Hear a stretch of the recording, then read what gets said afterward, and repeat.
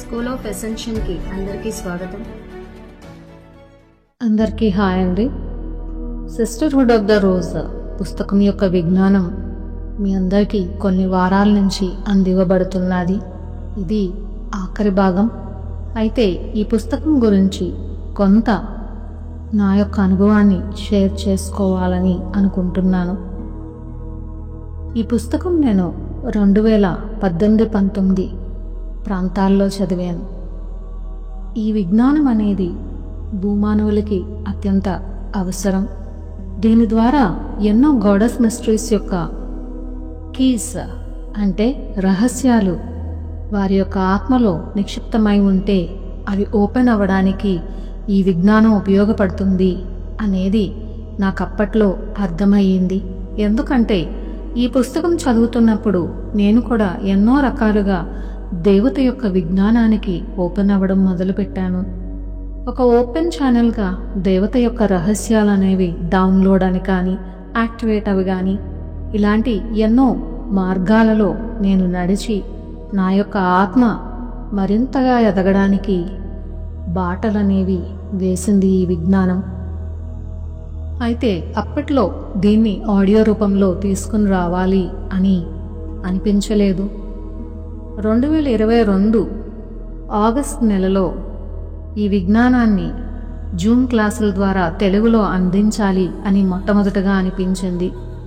అయితే 2023లో ఈ విజ్ఞానం జూమ్ క్లాసుల ద్వారా అందివ్వబడడం జరిగింది. మరి 2024 యూట్యూబ్లో కూడా ఈ విజ్ఞానాన్ని బయటకి ఇవ్వాలి, మానవ చైతన్యం భూ చైతన్యం మరింతగా ఎదగడానికి అవకాశం ఏర్పడాలి అనే సమయం వచ్చింది అని అర్థమయ్యి ఈ పుస్తక విజ్ఞానాన్ని ఈ రూపంలో మీ అందరి ముందుకి తీసుకుని రావడం జరిగింది. డెఫినెట్గా ఈ సిస్టర్హుడ్ ఆఫ్ ద రోజ్ విజ్ఞానం ద్వారా అంతర్లీనంగా ప్రతి ఒక్కరిలో దాక్కుని ఉన్న గాడెస్ మిస్టరీస్ అనేవి ఓపెన్ అవుతాయి. మరి దీని యొక్క ఇంపార్టెన్స్ ఇంతగా ఉంది కాబట్టే మొదటి ఎపిసోడ్ నుంచి ఆఖరి ఎపిసోడ్ వరకు వింటూ మీ ఆత్మలో ఉన్న దేవత యొక్క రహస్యాల్ని ఓపెన్ చేసుకోవడానికి ఈ విజ్ఞానాన్ని ఉపయోగించాలని అందరినీ కోరుకుంటున్నాను. Thank you. Victory of the goddess, victory of the light. ఈరోజు సిస్టర్హుడ్ ఆఫ్ ద రోజ్ బుక్లోని లాస్ట్ చాప్టర్ ఐలాండ్ ఆఫ్ రోజెస్లో ఏం జరిగింది అనేది తెలుసుకుందాం. లాస్ట్ క్లాస్లో మనం ప్రైరీలోని ఉమెన్ అందరికీ కూడా కలలో ఒక లైట్ బీయింగ్ కనిపించి అందరికీ కూడా ఒకే రకమైన డ్రీమ్ వచ్చినట్టు మనం తెలుసుకున్నాం కదా. అది వాళ్ళందరూ కూడా షేర్ చేసుకొని మరోజు ఉదయం మార్నింగ్ మెడిటేషన్లో కూర్చొని అరిస్టాటిల్, షకీనా, ఈ sisterhood of the rose women అందరూ కూడా మెడిటేషన్లో క్వశ్చన్ వేస్తారు. ఎవరు ఈ లైట్ బీయింగ్, ఎవరు, ఆమె ఎందుకు వచ్చింది అనే విషయాలని అడుగుతారు. అప్పుడు ఆ లైట్ బీయింగ్ వాళ్ళకి ప్రత్యక్షమవుతుంది. ఆమె తన గురించి చెప్తూ, నేను టవరింగ్ క్వీన్ అయిన సోఫియాని, నన్ను goddess of wisdom and truth అని అంటారు. అలాగే గ్రీక్స్ నన్ను goddess of war and wisdom అయిన పల్లాస్ ఎథీనాగా పిలుస్తారు అని తన గురించి చెప్తుంది. అట్లాంటిస్ టైం నుండి కూడా కొన్ని ప్రత్యేకమైన దైవిక లక్షణాలు ఏవైతే ఉన్నాయో అవి అన్నీ కూడా దాన్ని గాడ్ వర్చ్యూస్ అంటారు. అవన్నీ కూడా దాచిపెట్టబడ్డాయి. కొంతమంది ప్రీస్టిసెస్ ఎవరైతే ఉన్నారో వాళ్ళ దగ్గర ఇవన్నీ కూడా భద్రపరచబడ్డాయి. ఇప్పుడు అవన్నీ కూడా ప్రైరీలోని ఉమెన్ ద్వారా మళ్ళీ పునరుద్ధరించబడతాయి అని చెప్తుంది. అలా చెప్పి జేన్ కళ్ళల్లోకి చూస్తూ, నేను నీకు స్పిరిచువల్ గైడ్గా ఉండాలనుకుంటున్నాను, నాకు అనుమతినిస్తావా అని అడుగుతుంది. జేన్ ఆనందంగా సరే అంటుంది. ఈ towering queen sisterhood of the rose ని నడిపించే గాడెస్ అన్నమాట. ఈ టవరింగ్ క్వీన్ వారందరి మీద కూడా తన యొక్క వైలెట్ కలర్ ఎనర్జీస్ ని, గోల్డెన్ లైట్ ఎనర్జీస్ ని ప్రసరింపజేస్తూ ఉంటుంది. ఆమె వీళ్ళందరికీ కూడా రోజు మెడిటేషన్ లో గైడ్ చేస్తూ ఉంటుంది. ప్రతి ఒక్క ఉమెన్ కళ్ళల్లోకి చూస్తూ తన ద్వారా ఎనర్జీస్ ని పాస్ చేస్తుంది. ఆ తర్వాత ఆమె వీళ్ళందరికీ కూడా కొన్ని విషయాలను చెప్తుంది. ఒకప్పుడు గాడ్స్ గాడెసెస్ అంటే మానవులందరికీ కూడా ప్రేమ గౌరవం అనేవి ఉండేవిట. ఆ తర్వాత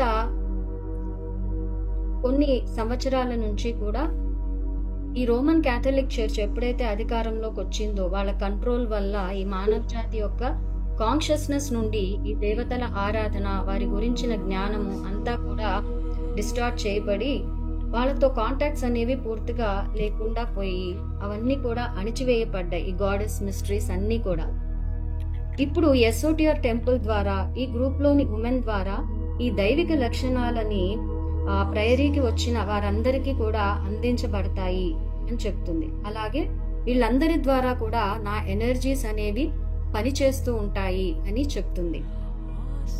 అందరూ కూడా మెడిటేషన్ లో కూర్చొని ప్రేయరీకి డోమ్ ఆఫ్ ప్రొటెక్షన్ ని బిల్డ్ చేస్తారు. అలా నెక్స్ట్ డే మార్నింగ్ మెడిటేషన్ తో అందరూ కలిసి మండ్రోలా అనే దాన్ని క్రియేట్ చేస్తారు. ఈ మండ్రోలా అంటే ఏంటంటే ఇది ఒక స్టెయిన్డ్ గ్లాస్ విండో. దీని మీద కలర్స్, లైట్స్ అవన్నీ కూడా ఉండి కొన్ని ప్యాటర్న్స్ తో ఉంటాయి. ఇది ఎథరిక్ లెవెల్లో ఒక స్పియర్ లాగా ప్రేయరీ పైన లక్షణ కవచంగా దీన్ని నిర్మిస్తారు. ఇది ఒక పెద్ద పింక్ కలర్ రోజ్ డిజైన్ లో ఈ ప్రేయరీ పైన అంతా విస్తరించి ఒక డోమ్ లాగా దీన్ని ఏర్పరుస్తారు. మానవ జాతి యొక్క ఎవల్యూషనరీ డెవలప్మెంట్ అంటే పరిణామ దశలో భాగంగా ప్రతి ఒక్కరూ కూడా కాన్షియస్ క్రియేటర్స్ గా తయారవ్వాలని చెప్తుంది టవరింగ్ క్వీన్. అలా కో క్రియేటర్స్ గా అవ్వడానికి తెలుసుకోవాల్సిన రూల్స్ ఏంటి, నియమాలు ఏంటి అనేది కూడా చెప్తుంది. వాళ్ళకి కొన్ని పదాల్ని, సౌండ్స్ ని తను నేర్పిస్తుంది. ఇప్పుడు భూమానవుల యొక్క ఎనర్జీస్ అనేవి ఎంతో లోలో ఉన్నాయి.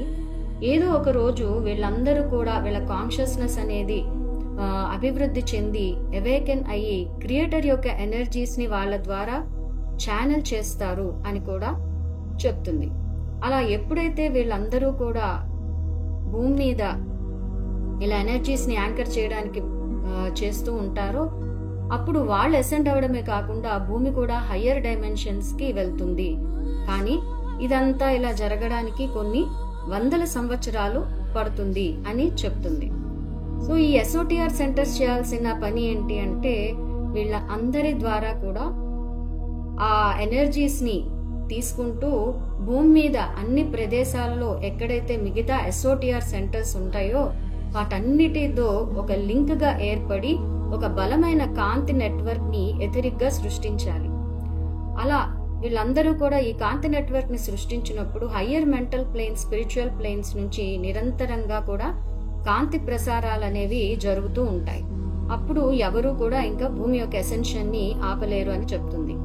అందుకే ఈవెంట్ సమయంలో ఎస్ఓటిఆర్ గ్రూప్స్ అనేవి ఎంతో మేజర్ రోల్ ప్లే చేస్తాయి అని చెప్తాడు కోబ్రా. వీళ్ళందరి ద్వారా కూడా గాడెస్ ఎనర్జీస్ ఎర్త్ మీద అంతా వ్యాపించి గందరగోళ పరిస్థితులు ఏవైతే ఉన్నాయో అవన్నీ కూడా సద్దుమణిగేటట్టు, ప్రశాంతంగా జరిగేటట్టు ఈ ఎనర్జీ యొక్క ట్రాన్స్మిషన్ అనేది ఎస్ఓటిఆర్ గ్రూప్స్ చేస్తాయి. ఇలా ఈ మెడిటేషన్ అంతా అయిపోయాక ఎస్ఓటిఆర్ ఈ గ్రూప్ వాళ్ళందరూ, ప్రేయరీ వాళ్ళందరూ కూడా సెటిల్ అవుతారు. ఆ తర్వాత అరిస్టాటిల్, షెకీనా వాళ్ళ ఇంటికి వెళ్లిపోతారు. ఒక నెల తర్వాత జేన్, ఎలెనార్ ఇద్దరు కూడా ప్రైరీ క్రింద ఉన్నటువంటి ఒక వ్యాలీకి బయలుదేరుతారు. ఆ వ్యాలీలో కొన్ని పవర్ సైట్స్ ఉన్నాయని చెప్పి అరిస్టాటిల్ వాళ్ళకి చెప్తాడు. వాళ్ళందరూ కూడా ఆ వ్యాలీ యొక్క కట్టడుగు ప్రదేశానికి వెళ్లి అక్కడ సెలయేర్ దగ్గరగా ఉన్న ఒక పెద్ద రాయి మీదకి వెళ్తారు. ఆ స్టోన్ దగ్గరికి వెళ్ళంగానే ఫెమినైన్ ఎనర్జీస్ ని వాళ్ళు అక్కడ ఉన్నట్లు అనుభూతి చెందుతారు. ఆ ఫెమినైన్ ఎనర్జీ అనేది వీళ్లతో మాట్లాడుతూ ఈ సీక్రెట్ రాక్ మీదకి ఎక్కమని చెప్తుంది. వీళ్ళు అక్కడ కూర్చుంటారు. అప్పుడు ఆ ఫెమినైన్ ఎనర్జీ ఒక రూపాన్ని తీసుకొని నా పేరు రియా అని చెప్తుంది. ఆమె elixir of essence of women అనే ఒక ఔషధాన్ని, అంటే స్త్రీతత్వం యొక్క ఔషధాన్ని వాళ్ళిద్దరికీ కూడా అందిస్తుంది. అది ఆ ఐలాండ్ లోని పూల మొక్కల యొక్క ఎనర్జీస్ ద్వారా తయారు చేయబడింది. అది వైలెట్ కలర్ లో ఉంది. సో ఇది తీసుకోవడం వల్ల ఆ స్త్రీతత్వం అనేది జాగృతం అవుతుంది అని చెప్తుంది. అలా సిస్టర్హుడ్ ఆఫ్ ద రోజ్ గురించి చెప్తూ ఆమె ఈ ప్రపంచంలోని స్త్రీల అందరి చైతన్యాన్ని పెంచుతూ ఈ sisterhood of the rose groups అనేవి వారందరికీ కూడా ప్రేరణగా నిలుస్తాయి. భవిష్యత్తులో స్త్రీలు ఒక బానిసలుగా, లేకపోతే సెక్షువల్ ఆబ్జెక్ట్స్ గా, లేకపోతే పొజిషన్స్ అంటే మన ఆస్తులుగా అని చాలా మంది భావిస్తుంటారు కదా. అలా ఈ స్త్రీలందరూ కూడా భవిష్యత్తులో తక్కువగా చూడబడరు. ఈ స్త్రీలు అన్ని రంగాల్లో కూడా పనిచేస్తూ భూమి మీద బ్యాలెన్స్ ని, హార్మోని ఎనర్జీస్ ని తీసుకొస్తారు అని చెప్తుంది. కానీ ఇదంతా జరగడానికి, ఈ మార్పుని మగవాళ్ళందరూ కూడా యాక్సెప్ట్ చేయడానికి కొన్ని వందల సంవత్సరాలు పడుతుంది. అలాగే మొదట్లో స్త్రీలు కూడా దీన్ని యాక్సెప్ట్ చేయలేరట. కానీ ఈ మార్పు అనేది తప్పదు, ఈ ఫెమినైన్ ఎనర్జీస్ అనేది జాగృతం అవడం తప్పదు అని చెప్తుంది. ఆ ప్రదేశంలో ఈ ఫెమినైన్ ఎనర్జీతో పాటు మాస్కులైన్ ఎనర్జీ ఉన్న రూఫస్ అనే ఒక బీయింగ్ కూడా కనపడతాడనమాట. ఈ రూఫస్ elixir of essence of men అంటే మాస్కులైన్ ఎనర్జీస్ అంటే పురుషతత్వ శక్తిని ప్రేరేపించే ఔషధాన్ని వీళ్ళకిచ్చి ప్రైరీకి వచ్చిన పురుషులు ఎవరైతే ఉంటారో వాళ్ళకి దీన్ని అందించండి అని చెప్తారు. అలా ఎవరైతే ఈ ఎలిక్సర్ ని తీసుకుంటారో, ఈ ఔషధాన్ని, వాళ్ళందరూ కూడా ఆ స్త్రీ పురుష తత్వాల్ని వాళ్ళ ద్వారా స్ప్రెడ్ చేస్తూ ఉంటారట అందరికి. ఆ తర్వాత జేన్ కి, ఎలెనోర్ కి వాళ్ళు క్లాక్స్ ని ఇస్తారు. ఈ క్లాక్స్ ని షోల్డర్స్ మీద వాళ్ళు కనుక వేసుకొని ఉంటే వాళ్ళ పైన ఎమెథిస్ట్ బ్లూ కలర్ లో కొన్ని ప్యాటర్న్స్ అనేవి కనపడతాయి. అంటే స్త్రీ పురుష తత్వాలు వీళ్ళు ఎంతవరకు బ్యాలెన్స్ లో ఉన్నాయి అనే దాన్ని ఇవి చెప్తాయి అన్నమాట. అలాగే ఎమోషనల్ బ్యాలెన్స్ ఎంత ఉంది, స్పిరిచువల్ స్ట్రెంగ్త్ వీళ్ళల్లో ఎంత ఉంది అనే విషయాల్ని ఈ క్లాక్స్ అనేవి వాళ్ళ ఇండికేట్ చేస్తూ చూపిస్తూ ఉంటాయి. అలా మెడిటేషన్ లో కూర్చొని జేన్, ఎలెనోర్ కొంతసేపు అక్కడే ఉన్న తర్వాత రియా, రూఫస్ వీళ్ళని ఇంకా మీరు వెళ్ళొచ్చు, ఈసారి వచ్చేటప్పుడు మీ గ్రూప్ లో ఉన్న ఇతర స్త్రీలు ఎవరైతే ఉన్నారో వాళ్ళందరినీ కూడా తీసుకురమ్మని చెప్తారు. కొన్ని నెలల తర్వాత ఒక రోజు ఎలిజబెత్ కి స్క్రోల్ అనేది ఇవ్వబడుతుందని మనం తెలుసుకున్నాం కదా. అది ఓపెన్ చేసి చదవమని చెప్పి ఒక స్ట్రాంగ్ మెసేజ్ అనేది వస్తుందిట. ఆ షకీనా అరిస్టాటిల్ దగ్గరికి వెళ్లి ఆమె ఈ స్క్రోల్ ని చదవాలి అని అనుకుంటుంది. ఆ స్క్రోల్ అంతా కూడా సాంస్క్రిట్ లో రాసి ఉంటుంది. అరిస్టాటిల్ ని చదవమని చెప్పి ఆ స్క్రోల్ ని ఇస్తుంది ఎలిజబెత్. అందులో ఏముందంటే, సృష్టిలో మొదట ఉత్పన్నమైనది శబ్దం అంటే సౌండ్, ఆ తర్వాత కాంతి వచ్చిందిట, ఆ తరువాత మ్యాటర్ అనేది ఏర్పడింది అంటే పదార్థం అనేది ఏర్పడింది. ప్రాథమిక సృష్టికర్త తన సంకల్పం నెరవేరడానికి అంటే ఈ సృష్టి విస్తరించడానికి కొంతమంది దేవీ దేవతల్ని అంటే గాడ్స్ గాడెసెస్ ని సృష్టించి వాళ్ళని క్రియేట్ చేయమని చెప్పాడు. వాళ్ళలా క్రియేట్ చేస్తూ ఎన్నో యుగాలు ఈ భూమి మీద ఉన్నారు. వారి విశ్వం కోసం భూమిని ఒక సజీవ గ్రంథాలయంగా మార్చి ఇక్కడ ఫ్రీ విల్ ని ఏర్పరిచారు అంటే సంకల్ప స్వేచ్ఛని ఏర్పరిచారు. భూమి మీద ఎన్నో పోరాటాలు అనేది జరిగినాయి. ఈ పోరాటాల వల్ల ఏమైందంటే ఎంతో విజ్ఞానం అనేది దాచిపెట్టబడింది. ఆ తర్వాత ఈ విజ్ఞానము కేవలం కొంతమందికి మాత్రమే పరిమితం అయ్యి కొంతమంది కాంతి కుటుంబీకులలో ఈ జ్ఞానం అంతా కూడా కోడెడ్ మెసేజెస్ ద్వారా నిక్షిప్తం చేయబడింది. ఇవన్నీ కూడా మనం నక్షత్ర మిత్రులు అనే పుస్తకం ద్వారా తెలుసుకుని ఉన్నాం కదా. భవిష్యత్తులో ఎవరైతే మళ్ళీ రీఅవేకన్ అవుతారో అలా అయిన వాళ్లలో ఈ విజ్ఞానం అనేది మళ్ళీ కూడా బయటికి తీసుకురాబడుతుంది. వాళ్ళ ద్వారా ఈ మానవులందరికీ కూడా ఈ విజ్ఞానం అనేది మళ్ళీ నేర్పించబడుతుంది అని చెప్తాడు. అలా భూమి చైతన్యం అనేది నిదానంగా పెరుగుతూ ఉంటుంది. కానీ ఇక్కడ ఫ్రీ విల్ యొక్క రహస్యం ఏంటంటే, మన యొక్క గతానికి, మన యొక్క వర్తమానానికి, మన యొక్క భవిష్యత్తుకి మనమే కారణం. అంటే మనమే ఇవన్నీ సృష్టించుకుంటున్నాము, మనమే దీని బాధ్యత వహించాలి అనేది ఇందులో రాసుంటుంది. ఎవరైతే ఈ స్క్రోల్ ని రక్షిస్తూ ఉంటారో వాళ్ళు దీన్ని చదివినప్పుడు వాళ్ళలో ఈ రీఅవేకనింగ్ ప్రోగ్రామ్ అనేది మొదలవుతుంది అని అందులో రాసుంటుంది. ఇది విన్న తర్వాత ఎలిజబెత్, అరిస్టాటిల్, షకీనా ఆ కాంతి శక్తి అనేది వారి ముగ్గురి శరీరంలో ప్రతి కణంలోకి ప్రవేశిస్తూ ఉన్నట్లు అనుభూతి చెందుతారు. అప్పుడు ఆ ప్లేస్ కి ఒక గోల్డెన్ బీయింగ్ అంటే బంగారపు కాంతితో నిండిన ఒక జీవి ప్రత్యక్షం అవుతాడు.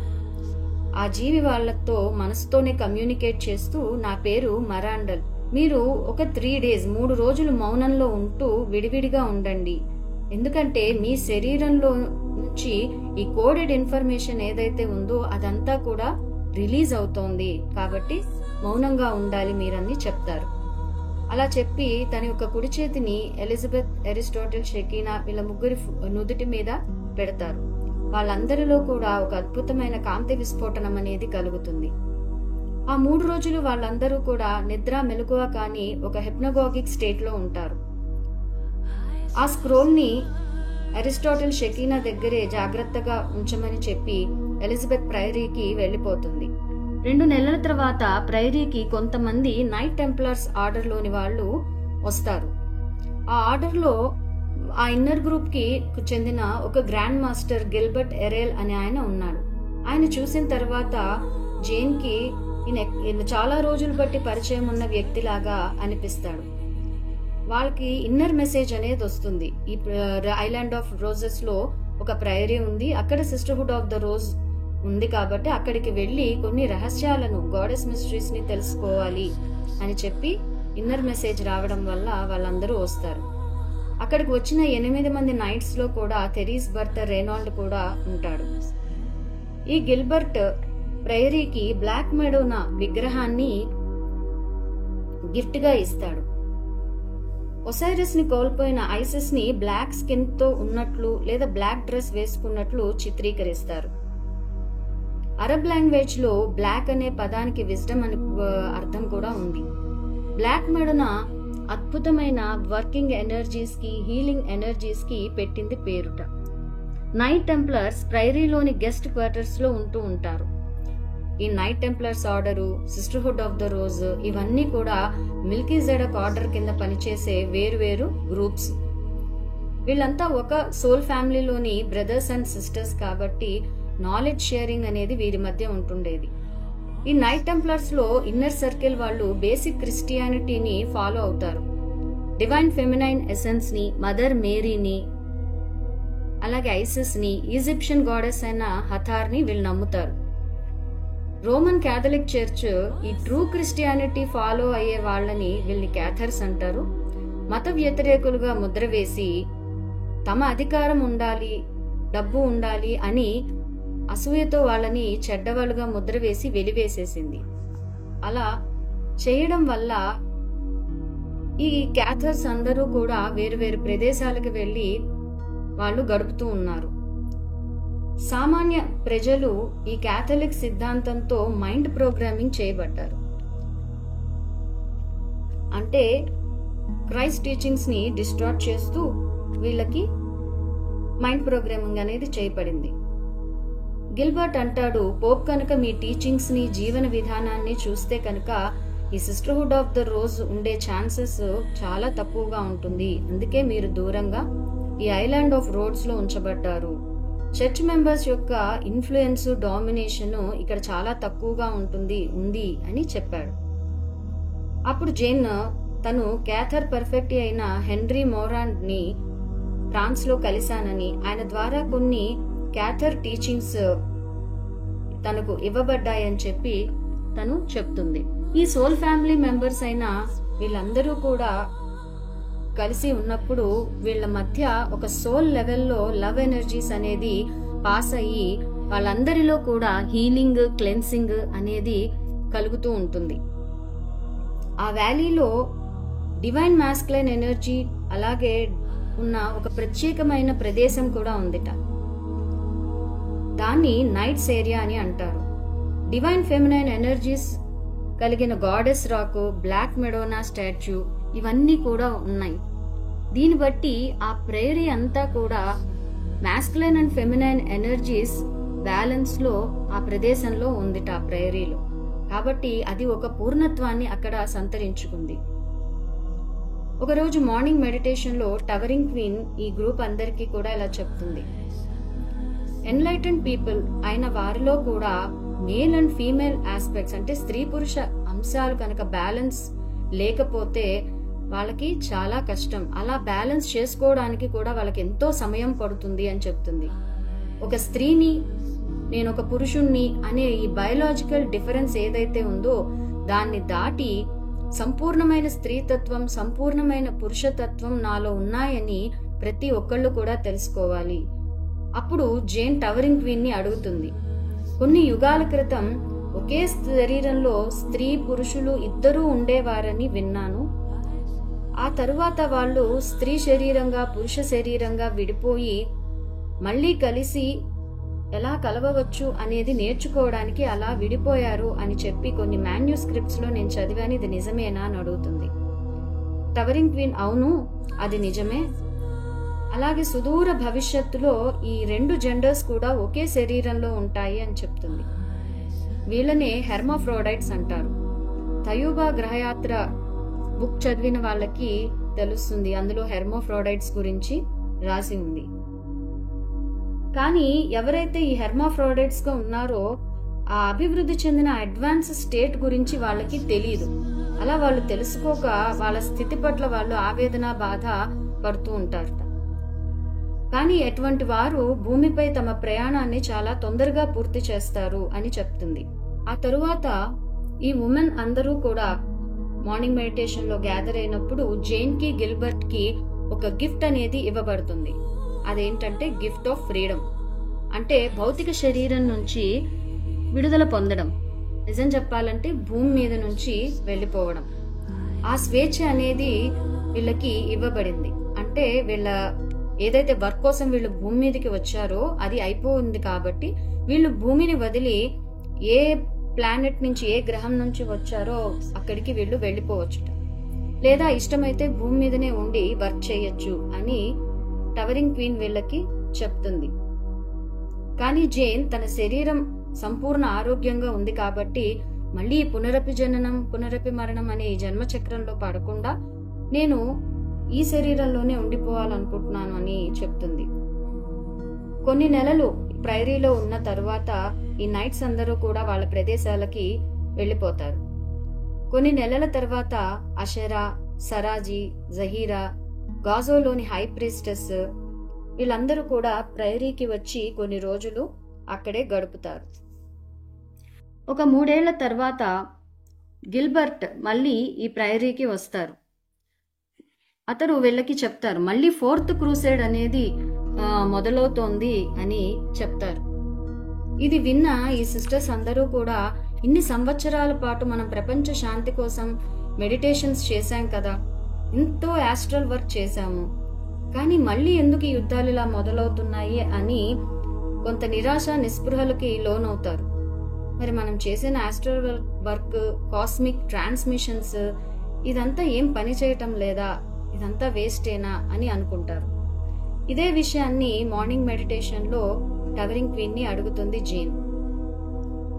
టవరింగ్ క్వీన్ అంటుంది, సిస్టర్స్ మీరు బాధపడవద్దు. ఎప్పుడైతే డివైన్ ఫెమినైన్ క్వాలిటీ అనేది తగ్గిపోతుందో, మనుషుల్లోని కోరికలు ఎక్కువ అవుతాయో అప్పుడు ఈ యుద్ధాలనేవి జరుగుతూ ఉంటాయి. 1700 సంవత్సరాల క్రితం నేను పెల్లాస్ ఎథీనాగా ఉన్నప్పుడు ఒక నాటకకర్త, గ్రీక్ నాటకకర్త నా పేరుని ఫెమినైన్ ప్రిన్సిపల్ కి వ్యతిరేకంగా వాడి విషాదంతో కూడిన నాటకాలని రాశాట. అలా రాసి ఎమోషనల్ గా ఉండకూడదు, ఈ ఎమోషన్స్ అనేవి చాలా తక్కువ స్థాయి అని చెప్పి తెలివితేటలతో ఎప్పుడు కూడా మనిషి ప్రవర్తించాలి, అంటే ఇంటెలిజెంట్ గా ఉండాలి అనే తప్పుడు సమాచారాన్ని ప్రజల మనసుల్లో నింపాడు. ఈ ఎమోషన్స్ అనేవి డివైన్ ఫెమినైన్ ప్రిన్సిపల్ కి సంకేతం. అంటే ఎమోషన్స్ ఉండకూడదు, ఎప్పుడు కూడా ఇంటెలిజెంట్, లాజిక్ బ్రెయిన్ అనేది ఉండాలి అని చెప్పారు. అలాగే 1500 సంవత్సరాల క్రితం అరిస్టాటిల్ అనే గ్రీక్ ఫిలాసఫర్ మానవ జాతికి ఈ పితృస్వామ్య వ్యవస్థను గురించి చెప్పి అదంతా కూడా వ్యాపింపచేస్తూ దాని తప్పుడు ఆదర్శంగా ప్రపంచానికి చూపించాడు. ఆయన ఏం చేశాడంటే, పురుషులకు వీర్యం అనేది ఉంటుంది కదా, సెమెన్ అంటారు, అది దివ్యమైనదిట, అది దివ్యత్వాన్ని కలిగి ఉందిట. అది స్త్రీలకు లేదు కాబట్టి వాళ్ళు తక్కువ వాళ్ళు అని చెప్పాడు. ఈ స్త్రీలు అనే వాళ్ళు ఆ వీర్యాన్ని తీసుకుని తమ గర్భంలో ఉంచి పిండాన్ని పోషించడం వరకే వాళ్ళ పని. అలా చెప్పి ఈ స్త్రీ పురుషులు పోషించే పాత్రలు ఏవైతే ఉన్నాయో, రోల్స్, దాంట్లో డిఫరెన్సెస్ తీసుకొచ్చి, అంటే ఇది ఎక్కువ ఇది తక్కువ అనే భావాలని ఏర్పరిచాడు. మరి ఇలాంటి అరిస్టాటిల్ ని చీకటి జీవులు ఫాదర్ ఆఫ్ బయాలజీగా, ఫాదర్ ఆఫ్ వెస్ట్రన్ లాజిక్ గా అని అంటారు. ఆయన ప్రవేశపెట్టిన ఇన్వెన్షన్స్ ఇప్పటికీ మన విద్యా వ్యవస్థలో బోధిస్తూ ఉంటారు. ఇలాగే కొన్ని పురాణ కథల్లో కూడా మగవారిని ఉన్నతమైన హీరోగా చూపిస్తూ, అలాగే ఆడవాళ్ళంటే గయ్యాలి గంపల్లాగా, లేకపోతే మగవాళ్ళని ఆకర్షిస్తూ వాళ్ళని డీవియేట్ చేసేవారిగా వీళ్ళు చిత్రీకరించారు. దీనివల్ల ఏం జరిగింది? గొప్ప పోట్లాట, లేకపోతే కంపారిజన్స్, కీచులాటలు ఇవే వచ్చే తప్ప ఇట్లాంటి ఆలోచన వైఖరి వల్ల ఎవరికి ఉపయోగం అనేది కలగలేదు. కాబట్టి భూమి మీద స్త్రీ పురుషుల మధ్య బ్యాలెన్స్ అనేది తీసుకురావాలి అని చెప్తూ ఉన్నప్పుడు అక్కడికి ఒక మాస్కులైన్ ఎనర్జీ ఉండే ఒక పొడవాటి సెలెస్టియల్ బీయింగ్ అనే ఆయన ప్రత్యక్షమవుతాడు. అతడు అందరి వైపు ప్రేమగా చూస్తూ ఎస్ఓటిఆర్ సిస్టర్హుడ్ ఆఫ్ ద రోజ్ గురించి చెప్తున్నారు. కొన్ని యుగాల క్రితం స్త్రీ పురుషులు వేర్వేరు శరీరాల్లో ఉన్నప్పటికీ వాళ్ళ యొక్క సోల్ ఆస్పెక్ట్స్ అంటే ఆత్మ అనేది ఏకత్వంలో ఉండేది. అంటే ఒకే ఆత్మ రెండు శరీరాలుగా ఉండేవాళ్ళు. తరువాత ఒకరి మీద ఒకరికి డామినేషన్, కంపారిజన్ వల్ల అందరూ సపరేట్ అయిపోయి అపనమ్మకంతో వాళ్ళు జీవించడం మొదలు పెట్టారు. మిల్కీ జడక్ ఆధ్వర్యంలో ఈ sisterhood of the rose groups, అలాగే మరి ఇతర ఆర్డర్స్ ఏవైతే ఉన్నాయో అవన్నీ కూడా ఈ మేల్ ఫీమేల్ సోల్స్ ని రీయూనియన్ చేయడం కోసం ఏర్పడ్డాయి. అంటే స్త్రీ పురుష తత్వాల్ని మళ్ళీ ఏకం చేయడం కోసం అవన్నీ ఏర్పడ్డాయి. కానీ మానవుల నుంచి ఎటువంటి సహకారం లేదు. ఎందుకంటే వాళ్ళ యొక్క మూలాలను వాళ్ళు మర్చిపోయారు. వాళ్ళ మెమరీ నుండి ఇవన్నీ కూడా తుడిచివేయబడ్డాయి. కాబట్టి ఇది సాధ్యపడట్లేదు. ఇంకా దురదృష్టం ఏంటంటే కొన్ని సంవత్సరాల నుండి ఇద్దరు పురుషులు, ఇద్దరు స్త్రీల మధ్య సెక్షువల్ యూనియన్ అనేది జరుగుతూ వస్తోంది. ఇద్దరు మగవాళ్ళు లేదా ఇద్దరు ఆడవాళ్ళ మధ్య ఇటువంటి కలయికలు ఏర్పడడం వల్ల సోల్ అంటే ఆత్మ అనేది బలహీనపడుతుంది. అలాగే తీవ్రమైన అనారోగ్యాలు వంటివి కూడా వస్తాయి అని చెప్తున్నారు. స్త్రీ పురుషుల మధ్య ప్రేమ, సామరస్యంతో కూడిన కలయిక వల్ల ఒక న్యూట్రాలిటీ అనేది క్రియేట్ చేయబడుతుంది. అంటే తటస్థంగా క్రియేషన్ అనేది జరుగుతుంది. స్త్రీ పురుషులు ఇద్దరూ కూడా ఒకరి లోపాలను, బలహీనతల్ని ఎత్తి చూపకుండా వాటిని యాక్సెప్ట్ చేస్తూ ఎక్స్పెక్టేషన్స్ అలాగే లిమిటేషన్స్ ఇవేమీ లేకుండా ప్రేమతో జీవించడం అనేది నేర్చుకోవాలి. మగవాళ్ళు తాము గొప్ప అనే భ్రమను వదిలి ఇద్దరూ సమానమేనని, కానీ ఇద్దరూ భిన్నమైన వారమని గ్రహించాలి. ఇద్దరూ సమానమే, స్త్రీ స్త్రీయే, పురుషుడు పురుషుడే. భిన్నత్వం ఉంది, కానీ వాళ్ళిద్దరూ కూడా ఎనర్జీ పరంగా ఈక్వల్ అనే దాన్ని తెలుసుకోవాలి. నెక్స్ట్ ఇది ఎప్పుడు వరకు అంటే మన ఈ స్త్రీ పురుష శరీరాలు మనకి మరి అవసరం కదా. ఎప్పటిదాకా అంటే బియాండ్ బాడీ స్థితిని చేరే వరకు, అంటే లైట్ బాడీగా తయారయ్యే వరకు ఈ స్త్రీ పురుష శరీరాలు అనేది మనకి అవసరం. కాబట్టి ఒకళ్ళనొకళ్ళు గౌరవించుకుంటూ సామరస్యంతో జీవించాలి అని చెప్తున్నారు. మరి సిస్టర్హుడ్ ఆఫ్ ద రోజ్ ఈ పాత్ర ఏంటంటే భూమి మీద ఉన్న ఇతర సిస్టర్స్, బ్రదర్హుడ్స్ తో వాళ్ళు ఫిజికల్ లెవెల్లో కానీ స్పిరిచువల్ లెవెల్లో కానీ కలిసి పనిచేయాలి. ప్రేమని, ఆనందాన్ని పంచుతూ న్యూట్రల్ స్టేట్ లో ఉంటూ పనిచేయాలి. అప్పుడే వీళ్లలో నిజంగా ప్రోగ్రెస్ అనేది జరుగుతుంది అని చెప్తున్నారు. ఇతర జీవులందరితో సామరస్యంగా ఉంటూ ఇతరుల యొక్క బిహేవియర్ కి చలించకుండా న్యూట్రల్ గా ఉండాలి. అలా అని మీకేం ఫీలింగ్స్ కలగకూడదని కాదు. నిజానికి అందరికంటే కూడా మీరు చాలా డీప్ గా ఫీల్ అవుతారు. కానీ న్యూట్రల్ స్టేట్ లో ఉన్నప్పుడు ఇతరుల యొక్క ఎమోషన్స్ మనల్ని ప్రభావితం చేయవు. అలాగే అవి మనవిగా భావించి మనం బాధపడం అని చెప్తాడు. అందరూ కూడా డీప్ సైలెన్స్ లో ధ్యానంలో కూర్చొని ఉంటారు. హీలింగ్ ఎనర్జీస్ అనే వీళ్ళలో ప్రవహిస్తూ ఉంటాయి. ఆస్ట్రల్ గా వారందరిపైన కూడా పింక్ హార్ట్స్, రోజ్ పెటల్స్ పడుతూ ఉన్నట్లు కనిపిస్తుంది. టవరింగ్ క్వీన్ చెప్తుంది, మీరు నిరాశ, అసహనానికి గురి కావద్దు. కొద్ది సంవత్సరాల్లో మీరు ఆధ్యాత్మికంగా ఎంతో ముందుకు వెళ్తారు. మీరు ఇప్పటికే ఎంతో సాధించారు. ఎన్నో అనవసరమైన విషయాలని వదిలేశారు. దానికి మీరు గ్రాటిట్యూడ్ ని తప్పకుండా ఫీల్ అవ్వండి. మీరు చేసిన మెడిటేషన్స్ వల్ల, యాస్ట్రల్ వర్క్ వల్ల యుద్ధాలు వాటి యొక్క ప్రభావం తగ్గి ద్వేషం ప్రేమగా మారింది, దుఃఖం ఆనందంగా, అలాగే లేమి అంటే ల్యాక్ అనేది అబుండెన్స్ గా మారింది అని చెప్తున్నారు. వీళ్ళందరూ కూడా క్రియేటర్ యొక్క డివైన్ మిషన్ మీద పనిచేసే గ్రూప్స్. వీళ్ళందరూ కూడా వేరు ప్రదేశాల్లో ఉన్న ఇటువంటి వారందరికీ కూడా రీఅవేకనింగ్ టైం అనేది వచ్చింది. మనమందరం చేయవలసింది ఏంటంటే ప్రేమని, కాంతిని యాంకర్ చేస్తూ మన ద్వారా అందరికీ పంచుతూ ఎవరైతే వాళ్ళ యొక్క నిజతత్వాన్ని మర్చిపోయారో వాళ్ళందరినీ కూడా రీఅవేకన్ చేయాలి. మరి దానికి మీరు శక్తిమంతులుగా, అలాగే అథారిటీతో, ఆత్మవిశ్వాసంతో ఉండాలి అని చెప్తుంది. ఈ మిషన్ కోసం మీరు ఎన్నో జన్మలు తీసుకుంటారు. భవిష్యత్తులో ఎన్నో జన్మలలో మీరు ఎప్పుడన్నా ఒంటరితనము ఫీల్ అవ్వడం కానీ లేదా ప్రేమ అందడం లేదు అని అనిపిస్తే గుర్తుపెట్టుకోండి, భూమి చుట్టూ మిమ్మల్ని ఎప్పుడూ చూస్తూ ప్రేమని అందిస్తూ కనిపెట్టుకుని ఉండే అసెండెడ్ మాస్టర్స్, కాంతి జీవులు ఎంతో మంది ఉన్నారు. సరైన సమయంలో మిమ్మల్ని అందరినీ కూడా వాళ్ళు కలుపుతారు అని చెప్తుంది. అలాగే భూమి మీద ఉన్న లైట్ వర్కర్స్ కి సహాయం చేయడానికి మీరు ఏ మాస్టర్స్ తో అగ్రిమెంట్స్ చేసుకున్నారో కూడా సమయం వచ్చినప్పుడు మీకు తెలియజేయబడుతుంది అని చెప్పి టవరింగ్ క్వీన్ అందరికీ కూడా వేరు క్రిస్టల్స్ తో తయారు చేయబడిన, మెటల్స్ తో తయారు చేయబడిన పవర్ రాడ్స్ ని ఇస్తుంది. అక్కడున్న ప్రతి సిస్టర్, ప్రతి బ్రదర్ కూడా దీన్ని తీసుకుంటారు. టవరింగ్ క్వీన్ మధ్యలో నుంచొని ఉన్నప్పుడు వీళ్ళందరూ కూడా ఒక సర్కిల్లో నుంచొని వీళ్ళందరి పవర్ రాడ్స్ ని టవరింగ్ క్వీన్ పవర్ రాడ్ తో కలుపుతారు. అప్పుడు ఆ వైలెట్ ఫ్లేమ్ ఎనర్జీస్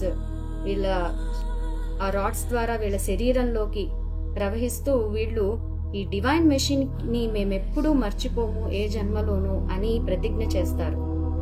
అప్పుడు వారందరికీ కూడా తాము గతంలో ఏ పాత్రలు పోషించాము, ప్రస్తుతం ఏం చేస్తున్నాము, అలాగే భవిష్యత్తులో ఏ పాత్రలు పోషిస్తామనే విషయాలన్నీ కూడా తెలుస్తాయి. టవరింగ్ క్వీన్ ద్వారా ఎంతో శక్తిని, జ్ఞానాన్ని పొంది వీళ్ళందరూ కూడా శాంతితో జీవిస్తారు. దీంతో మనం ఎస్ఓటిఆర్ బుక్ లోని విజ్ఞానాన్ని తెలుసుకోవడం కంప్లీట్ అయింది. ఇవన్నీ మీరు విన్నందుకు థ్యాంక్ యూ సో మచ్. అందరికీ హాయ్ అండి. నా పేరు దొర. ఈ సిస్టర్హుడ్ ఆఫ్ ద రోజ్ విస్టమ్ని, ఈ విజ్ఞానాన్ని నేను వీడియోస్లా చేస్తున్నప్పుడు నా యొక్క ఎక్స్పీరియన్స్ని మీతో షేర్ చేసుకుందాం అనుకుంటున్నాను. ఈ వర్క్ని స్టార్ట్ చేయడానికి ముందు నాకు ఇన్నర్ నుంచి ఒక మెసేజ్ వచ్చింది, ఒక పెద్ద ఇంపార్టెంట్ వర్క్ అనేది రాబోతుంది, చేయడానికి సిద్ధంగా ఉండు అని. తర్వాత 1 వీక్కి శ్రీలక్ష్మి మేడం ఈ ఎస్ఓటిఆర్ సిస్టమ్ని వీడియోస్లా చేయాలని చెప్పేసి నాకు ఇచ్చారు ఈ వర్క్ని. అయితే ఈ వీడియోస్ని స్టార్ట్ చేసిన తర్వాత ఆర్బిటీ చేస్తున్నప్పుడు నా ఇన్నర్ నుంచి మళ్ళీ గాడెస్ ఐసెస్కి కనెక్ట్ అవ్వమని మెసేజ్ వచ్చింది. ఆ నెక్స్ట్ డే మరలా శ్రీలక్ష్మి మేడము ఈ వర్క్ అంతా గాడెస్ ఐసెస్ యొక్క కంట్రోల్లో జరుగుతుంది కాబట్టి నువ్వు ధ్యానంలో గాడెస్ ఐసెస్కి కనెక్ట్ అవ్వని మేడం చెప్పడం జరిగింది. అప్పుడు నాకు కన్ఫర్మ్ అయింది, నాకు వచ్చినటువంటి ఇన్ట్యూషన్ కరెక్టే, ఒక డివైన్ ప్లాన్ ప్రకారం ఈ వర్క్ జరుగుతుంది అని నాకు అనిపించింది. ఈ వీడియోస్ చేస్తున్నప్పుడు 1కి 2 సార్లు నేను విని చేయడం వల్ల ఈ గాడెస్ మిస్టరీస్కి సంబంధించినటువంటి ఈ విస్టమ్ అంతా కూడా, ఈ విజ్ఞానం అంతా కూడా నా సబ్ కాన్షియస్ మైండ్లో చాలా డీప్గా ప్రోగ్రామింగ్ చేయబడింది. ఒక్కొక్క ఎపిసోడ్లో ఒక్కొక్క రకమైన ఆ నాలెడ్జ్ని నేను నేర్చుకున్నాను. ఈ విస్టమ్ అంతా ఒక కీలాగా ఉపయోగపడి నాలో స్ట్రక్ అయి ఉన్నటువంటి కొన్ని సరికాని ఎనర్జీలు రిలీజ్ అవ్వడం, అలాగే డివైన్ ఫెమినైన్కి సంబంధించిన ఎనర్జీస్ కావచ్చు, నాలో ఆ భాగాలు కావచ్చు, అవన్నీ యాక్టివేట్ అవ్వడం నేను గమనించగలిగాను. అలా ఇప్పుడు నేను బ్యాలెన్స్ చేసుకోగలుగుతున్నాను. ఇది వరకు నాలెడ్జ్ ఉంది కానీ నేను అవేర్నెస్లో ఉండలేకపోయేవాడిని, కాన్షియస్గా అవేర్నెస్ని మెయింటైన్ చేయలేకపోయేవాడిని. ఎప్పుడైతే ఈ డివైన్ ఫెమినైన్ ఎనర్జీస్ నాలో తిరిగి యాక్టివేట్ చేయబడ్డాయో అప్పటి నుంచి నేను కాన్షియస్గా ఆ అవేర్నెస్ని మెయింటైన్ చేయగలుగుతున్నాను. అంటే నాలెడ్జ్ ఉన్నా కానీ మనలో ఆ డివైన్ ఫెమినైన్ ఎనర్జీస్ యాక్టివేట్ అవ్వకపోతే ఆ అవేర్నెస్ అనేది మనం కోల్పోతున్నాం అనమాట. అందుకనే ఈ విస్టమ్ వల్ల నాలో అవేర్నెస్ పెరిగింది. ఇది నేను స్వయంగా ఎక్స్పీరియన్స్ చేసి తెలుసుకున్నాను.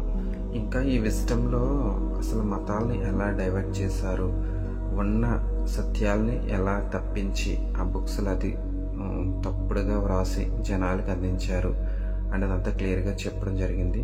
ఇంకా క్రిస్టల్స్ గురించి, హీలింగ్ పద్ధతుల గురించి, ఫెమినిన్ ప్రిన్సిపల్ గురించి, సెక్సువల్ ఎనర్జీస్ గురించి, ఇవన్నీ ఇంకా బోలెడని విషయాలు ఈ విజ్డమ్లో చాలా నేర్చుకున్నాను.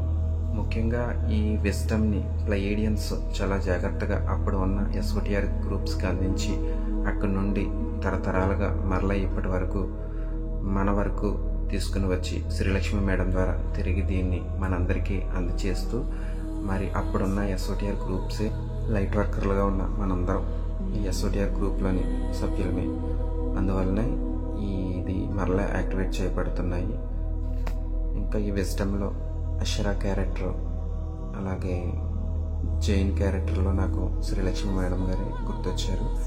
ఆవిడ ఎలా అయితే ఈ విజ్డమ్ని మన ముందుకు తీసుకుని వచ్చి ఒక అందరికీ నేర్పిస్తూ, ఆవిడ నేర్చుకుంటూ ముందుకు ఎలా అయితే తీసుకెళ్తున్నారో, సేమ్ అక్కడ ఆ క్యారెక్టర్లో కూడా జైన్ ఎస్ఓటిఆర్ని చూసుకుంటూ ముందుకు నడిపిస్తూ ఉంటుంది. సో నాకు ఇన్నర్లో కూడా అప్పుడున్న ఆ జైన్ పాత్ర ఇప్పుడున్న శ్రీలక్ష్మి మేడం అనేది నాకు లోపల అనిపించింది. ఇంకొక విషయం ఏమిటంటే, ఈ బుక్ గురించి 4 సంవత్సరాల క్రితం శ్రీలక్ష్మి మేడం నాతో చెప్పారు. ఇలా సిస్టర్హుడ్ ఆఫ్ ద రోజ్కి సంబంధించిన బుక్ ఒకటి ఉన్నది, ఈ విజ్డమ్ని ఇప్పుడు బయట చెప్పడానికి లేదు, టైం వచ్చినప్పుడు నేను చెప్తాను అని చెప్పారు. ఎప్పుడు వస్తుంది ఆ టైం అని అడిగినప్పుడు, ఈవెంట్ రావడానికి ముందు ఈ విజ్డమ్ అంతా బయటికి పబ్లిక్గా చెప్పబడుతుంది, అలా వచ్చినప్పుడు ఖచ్చితంగా ఈవెంట్ దగ్గరలో ఉందని అర్థం అని చెప్పారు. ఇప్పుడు మరి ఈ బుక్ అంతా యూట్యూబ్లో రివీల్ చేయడం జరిగింది, పబ్లిక్గా పెట్టడం జరిగింది. మరి చూసుకుంటే ఈ సంవత్సరంలో చాలా సంఘటనలు జరగబోతున్నాయి. సో కాబట్టి ఈ బుక్ అనేది రిలీజ్ అయిందంటే ఈవెంట్ దగ్గరలో ఉంది అనేది కూడా నాకు చాలా హ్యాపీ అనిపించింది. ఈ విజ్డమ్ మొత్తాన్ని 2024 డిసెంబర్తో కంప్లీట్ చేసి 2025కి సిద్ధంగా చేసి యూట్యూబ్లో ఉంచారు. మరి ఎవరైతే అసెండ్ అవ్వాలనుకుంటారో వారందరూ కూడా ఈ బుక్ నాలెడ్జ్ని తీసుకుని వారిలో డివైన్ ఫెమినిన్, డివైన్ మస్కులైన్ ఎనర్జీల మధ్య సంపూర్ణమైన బ్యాలెన్స్ తీసుకొచ్చి అసెండ్ అవ్వడానికి అన్ని విధాలు ఉపయోగపడే ఈ అద్భుతమైన అవకాశాన్ని అందరూ ఉపయోగించుకోవాలని నేను కూడా కోరుకుంటున్నాను.